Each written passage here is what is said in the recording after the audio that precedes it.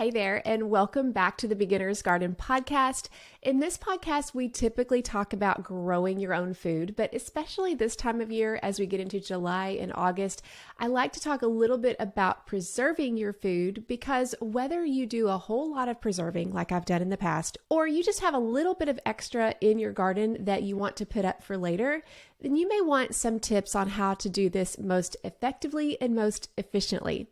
And if you're a beginner, you may be a little confused about how to do this safely and how to do this in a way that actually works with your schedule. You may be looking at different shortcuts you can use because maybe you've seen these marathon batched canning sessions and maybe you don't have time to do that, or maybe you don't have enough garden harvest to be able to do that. So you're looking for ideas to be able to preserve your harvest as well as you can with what you have. Especially when we're beginning, there's a lot of information out there that can be really confusing, especially if you're online. And I think there's so much information right now that makes it even harder to some degree because we suffer from information overload.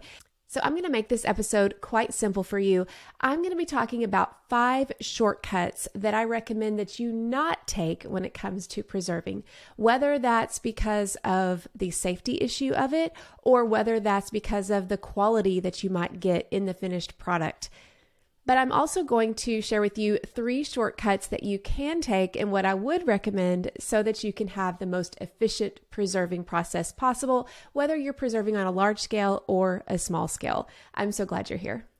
Before we get into the 5 shortcuts that I would like to encourage you to avoid, I do want to let you know if you're listening to this when this podcast episode goes live on Tuesday, July 9th, we are having our next live workshop tonight at 7 p.m. Central Time, where we're going to be talking about the most basic methods to preserving your harvest. We're going to be talking about freezing, canning, both water bath canning and pressure canning, and dehydrating. We're going to talk about the basics that you need to know for each one, the equipment you may need to have, and also what's the best method based on the vegetable that you're growing. I think that was the biggest question that I had as a beginner. I'm like, okay, I've got all these peppers. What can I do? Because I know I can can them, I can freeze them, I can dehydrate them. What's the difference between them and what difference does it make as far as the final product goes? So we're going to be talking about that tonight in the workshop. And if you're listening to this after the workshop, we will have a replay so that you can grab access to that later as well. But if you're interested in doing that and joining us in the workshop, either live where we'll have a Q&A at the end, or you want to catch the replay, you can go to journeywithjill.net/preserving workshop, and I hope to see you there. Shortcut number 1 is to assume a recipe that you find online, whether that's Pinterest or Google or YouTube or Instagram, is safe for canning. I remember a couple of years ago, a friend of mine let me know that she was so excited because she got all these tomatoes. She actually didn't grow them herself, but she got them from a friend, and she had all these tomatoes, and she was so excited about canning salsa. And I can't remember what question that she had for me, but there was a red flag that kind of went up in my mind when I was talking to her, and I asked her to send me the recipe she was using. And I think she had already done the whole thing and she was getting ready to do the actual canning process. I looked at this recipe that she sent me and I was a little nervous because it specifically did not say that you could can this. It was a fresh salsa recipe, but she assumed that she could can it. And I can't remember if there were jars in the picture. There may have been. And that's something too, is you can put salsa in jars and either eat it fresh or even freeze it if you know how to freeze liquids that way. But for whatever reason, this particular recipe that she found did not even say it was safe for canning. It didn't give canning instructions, and maybe that was what she was emailing me about. I can't quite remember. But all that to say, I was nervous because she had already done this, and what I saw in the recipe in particular, based on 10 years of canning, was it didn't have enough acidity in it that I've seen in tested canning recipes. But she didn't know that you couldn't just pop a metal lid on a jar of salsa and just put it through a water bath for a certain amount of time and it'd be good. She didn't realize that canning recipes do need to be tested in order to know that they are safe. Now, that's another question beginners will ask, well, what does it mean by testing? What happens is that we actually have a pretty robust history of food safety in our country.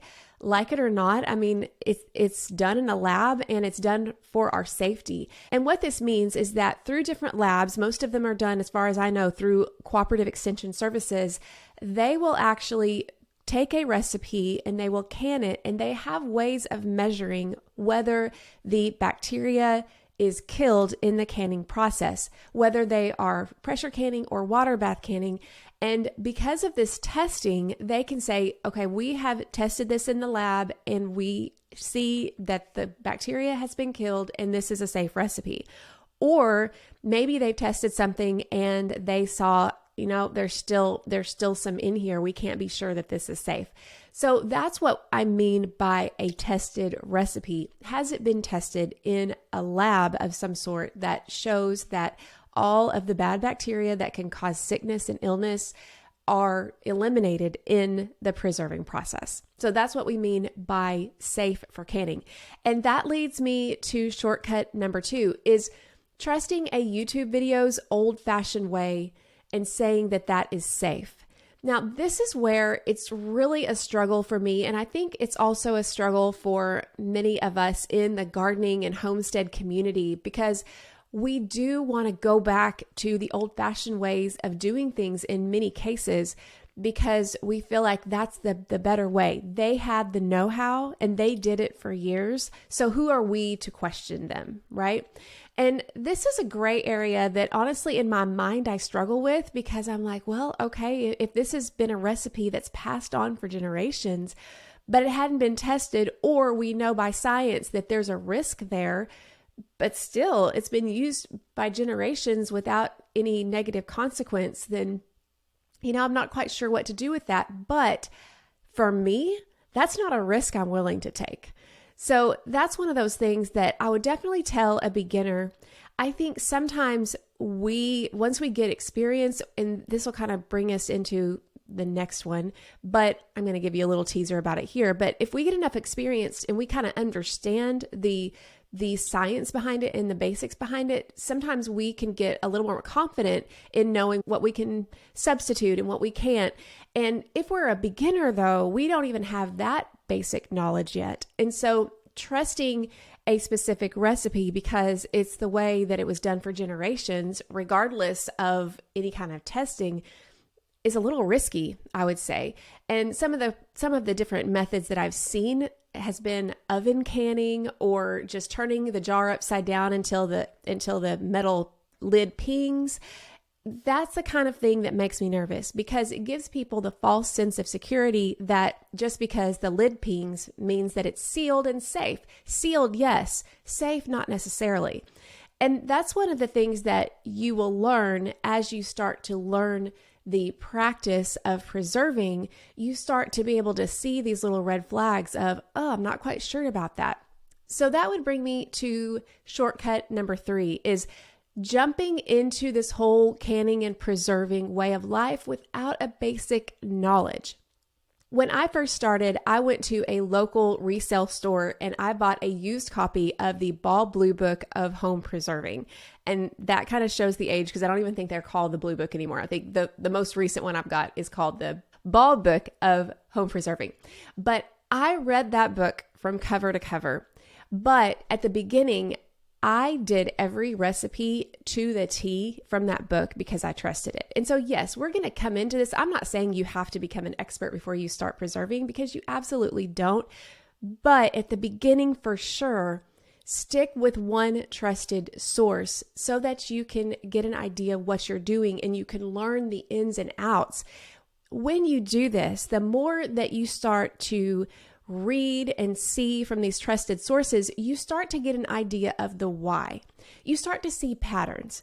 So if I am looking at recipes, and maybe it's a salsa recipe from the Ball Blue Book, and then I go to the National Center for Home Food Preservation and I see a salsa recipe on that one, and they may be a little bit different, but they're both tested. But what I start to see is I start to see patterns. Oh, they're always calling for some kind of acid, whether that is vinegar or lime juice. There's some kind of acid, and it's in a specific concentration.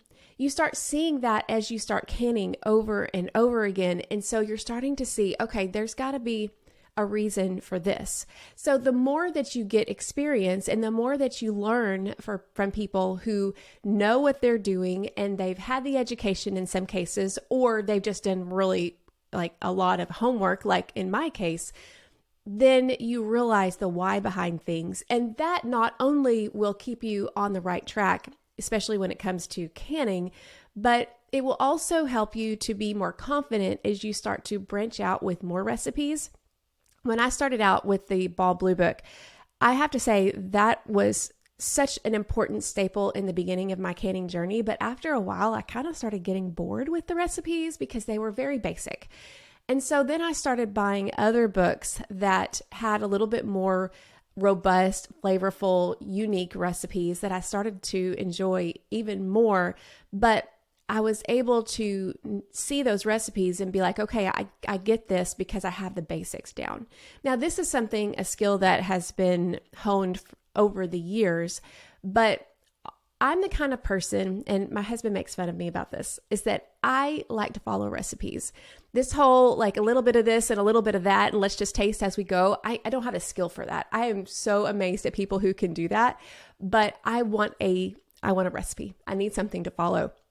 But I noticed that the more I can, the more I cook, the more I freeze, the more I dehydrate, the more I learn it, the more I feel like in some ways I can use a little bit of extra knowledge to apply.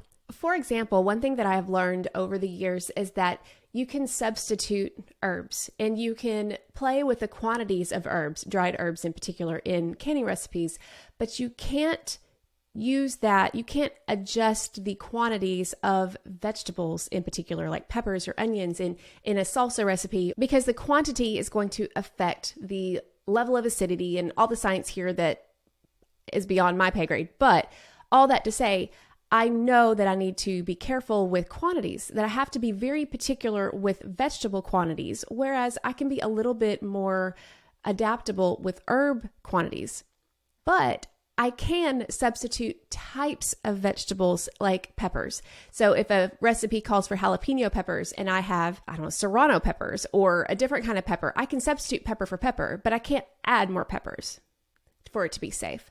So all that to say, knowing the why and learning as you go is just part of it. And it's something that you'll learn with more experience. But that's why I encourage you, yes, follow the tested recipes initially. That's the way we all start, but also be open to just continuing to learn the why and learn the process as you go. Shortcut number 4 that I would recommend that you avoid, and that is skipping blanching when the instructions call for it. Now, if you're new, you may not know what blanching is. Blanching is when you're freezing some kind of produce from your garden and you plunge it into boiling water for a certain amount of time. Usually it's just a minute or 2 or 3, depending on the vegetable. And then immediately you plunge it into a cold water bath. We're going to be talking about this more in detail in the workshop, but blanching isn't something that is a concern with the safety of a freezing recipe, but it's definitely a concern when it comes to the quality. And this is why I say don't skip blanching when the instructions call for it, because there's a reason why it's recommended that you blanch a certain crop before you freeze it. Now, if you do want to skip it, I would say try it in small batches. Because, and I've told this story before, but it's one that I don't forget. I remember one year, it was probably the first year of my best corn harvest. I had trouble with corn in the past. I finally got a corn harvest and I was looking on Pinterest like I usually do for recipes. And I got, this image that caught my eye, freeze corn, no blanching. And I thought, okay, they've discovered a way to eliminate that step. And I froze all of my corn without blanching and it was terrible. I absolutely hated the quality and I was so disappointed. It was safe. It was perfectly safe to freeze it that way, but the quality of it was not good and we ended up throwing it out. So what I wish I would have done was to follow a recipe from the National Center for Home Food Preservation or another reliable source instead of just relying on an attractive graphic on Pinterest or Instagram or whatever, and done it that way. And then if I wanted to go back later, maybe in future years, or maybe just take a cup or two and say, okay, let's try this and let's just freeze it and see how it does, then I could be able to test and see if that was acceptable to me. Because I know there are a lot of people who freeze corn without blanching. But here's what I have learned as I question people a little bit more, especially after my experience. Blanching is going to be better for the long term. So you may throw some corn in the freezer, and if you eat it in a month, you're probably going to be fine still. But I was trying to eat it in the winter. Like, I was eating corn fresh, and then the whole reason I was preserving it was so I could eat it in the off season. So I wasn't eating it for 4, 5, 6 months later. And by that point, the quality had degraded so much. And so that's one thing that I would recommend you not skipping, especially if you're working so hard to harvest whatever you're preserving, or you had a farmer give you or sell you a huge amount. You don't want to preserve something and it not be worth your time, because let's be honest, preserving takes time and it takes effort, it takes energy. And so if you spend the time doing it, you want it to be the best quality product possible. Now, we're all going to have the duds. We're all going to have the things that we do that don't work. So don't put a lot of pressure on yourself, but do the best that you can with the knowledge that you have. And if you find a recipe that says blanch something, I just recommend blanching it. The fifth shortcut I would recommend not to use is actually one that I found I was just curious. I typed into ChatGPT, what shortcuts do people use with canning? Because I was kind of curious, what would it tell me that was on the internet? And most of them were normal shortcuts that I would say would be fine. A couple of these I've already thought of and I'm going to share with you next. But one said that some people like to use an instant pot for small batch pressure canning. And that was a huge red flag for me, because I'm like, that's enough on the internet that AI was able to scrape it. So that's something that is suggested. But here's the thing that you need to know. The Instant Pot, at least the Instant Pot most of us have at this time, has not been tested to be able to be used for pressure canning. You need to use a canner, a pressure canner, not just a pressure cooker. A pressure canner and a pressure cooker are similar, but not the same. You can use a pressure canner to pressure cook, but you can't rely on a pressure cooker to pressure can. You may need to back that up and listen to that again. But the whole point is that don't try to skip on this. Pressure canning, it's so important to get right. Now, it's easy. To me, I like pressure canning probably more than water bath canning in most cases. And we're going to have a whole episode next week talking to a master food preserver on pressure canning. And I'm so excited about this because it'll be so fun just to be able to dive into this, especially for those of you who are a little nervous about this. But all that to say, the Instant Pot has not been tested to be able to reliably maintain the pressure needed to know that the recipes are safe. So don't take that shortcut. You need a specific pressure canner to do your pressure canning. All right, so I feel like this episode so far has been a whole lot of don'ts, and I don't want to end on a negative note, even though I hope you get my heart here. I definitely want you to do all the preserving that you can, but I want you to be happy with it, and I want you to know and have the peace of mind that it's safe, and hopefully being able to give you the tools to do so, especially if you come to the workshop tonight. But let's talk about some shortcuts that you can take, just because, as I said before, any kind of preservation, it takes time. Some things take less time than others, like green beans. Super easy, super quick, no big deal. But some of the other recipes that you do, like my whole process of pickling beets, takes hours, or spaghetti sauce and things like that. Some of those things take a lot of time, and there's just no way around it, but it's always worth it. Once you get those jars on the shelf, or once you get your freezer packed, or your jars filled with dehydrated products, it's always worth it, but it's still time consuming. So what can you do to maybe save some time by taking a couple of shortcuts? Well, I have 3 for you today. The first one is one I didn't understand at the beginning of my journey, and I wish I had. And this will be specifically helpful for you if you have a smaller garden and you don't have 20 pounds of vegetables at the same time to be able to can all at once. And that is, you don't have to can, as in water bath process, pickled products that will be eaten within a few weeks, or even a few months, depending on the recipe. And that is because a pickled product like cucumber pickles or pickled beets or pickled okra or pickled, I think people pickle carrots, pickled green beans, whatever you do to pickle them, it's going to be in a vinegar brine. And that vinegar brine is what is going to serve as preserving it. And you're going to be able to keep that in good shape in your refrigerator for a long time. Now, I think that the recommended is a few weeks, but I'll tell you, I've kept a lot of those in my refrigerator for months, and it's been perfectly fine. The quality does start to decrease with age, so you will notice that your cucumber pickles will start to get less crunchy and maybe have a little bit more bite to them. Or pickled okra, not as crunchy and then a little stronger. But as far as the preservation safety-wise, you don't necessarily have to water bath can them. One thing that I'm planning on doing right now, I am growing banana peppers for my son. I've mentioned that on another podcast. I have 3 plants right now, and those plants have gotten off to a slow start, but I do have banana peppers coming on. I just don't have enough for a canner load. So what I'm going to be doing is I'm going to be slicing them up and looking at my banana pepper recipe and creating it, but instead of water bath canning it, I may have just 1 jar. Then if I know that he's going to eat it sooner before later, then I'm just going to put it in the refrigerator. I'm not going to worry about sealing it and water bath canning it unless I want it for later on and I want it to be shelf stable.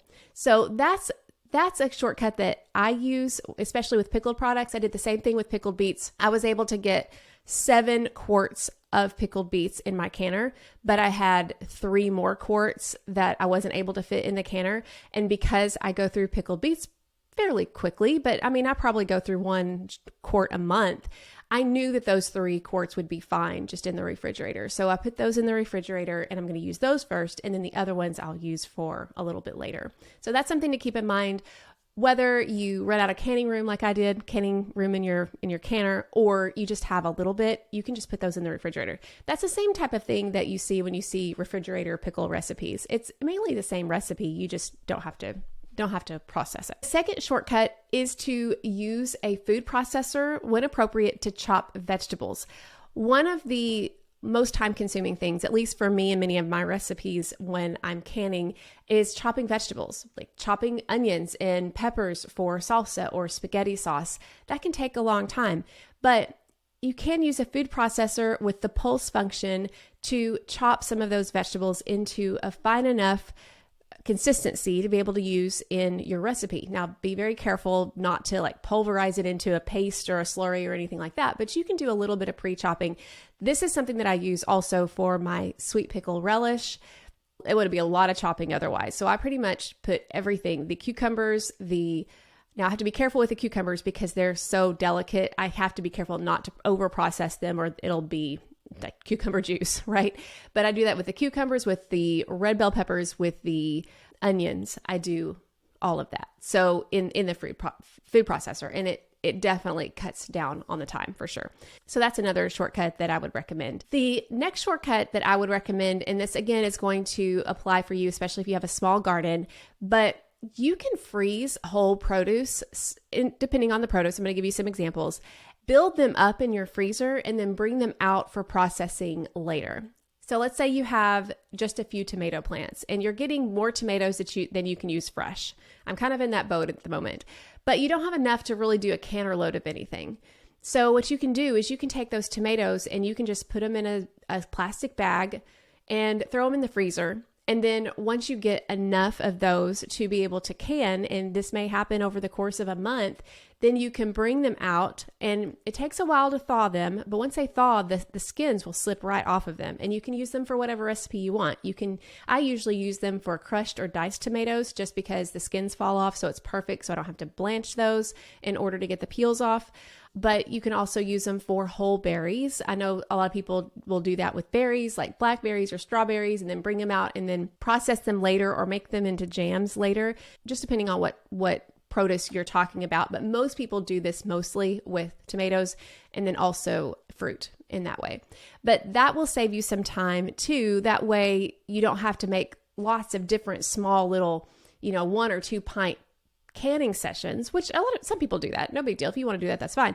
But if you want to wait and do a little bit larger of a canning session, that is a shortcut you can take to make sure that you use all of your harvest, but you can get it all done at once a little bit later. So I know this was a shorter episode, but I know we're also pretty busy in our garden this time of year. And if you are a beginner, especially, I hope you've enjoyed this and just given you an idea of some shortcuts that I would recommend that you not take for safety purposes, especially.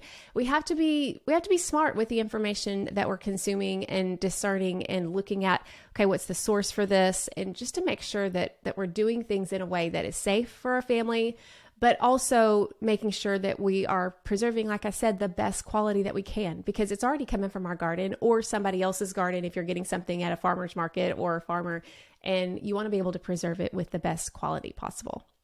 But again, we're going to be diving deeper into all of these things in the workshop tonight. And one thing I wanted to let you know, I forgot to mention this before, is that when you purchase your ticket to the workshop, not only will you get the class itself, but you get a workbook. And within that workbook, we are including the recipe book that I usually only include in my online course, Harvest a Kitchen. Harvest a Kitchen is where I bring you into my kitchen and I show you by video how I preserve the products that I preserve in my kitchen. And that course comes with a recipe book, and we're going to be including that in the workshop. So with the workshop, you're getting the training, but you're also getting a printable recipe book that you can use in your own kitchen. That's everything from tomatoes and teas, like from herbs to vegetables. We've got it all in that book. So you'll get that as well with your ticket. So I hope to see you there, and I hope that I can inspire you that this preserving thing can be all-consuming for sure, but it doesn't have to be. So start small, get a little bit of experience, especially if you're a beginner, and then you start to learn what you have capacity for from year to year. And it's always worth it, no matter the work. It's always worth it to have your own homegrown produce on the shelf, in the freezer, ready for you to use in the off season.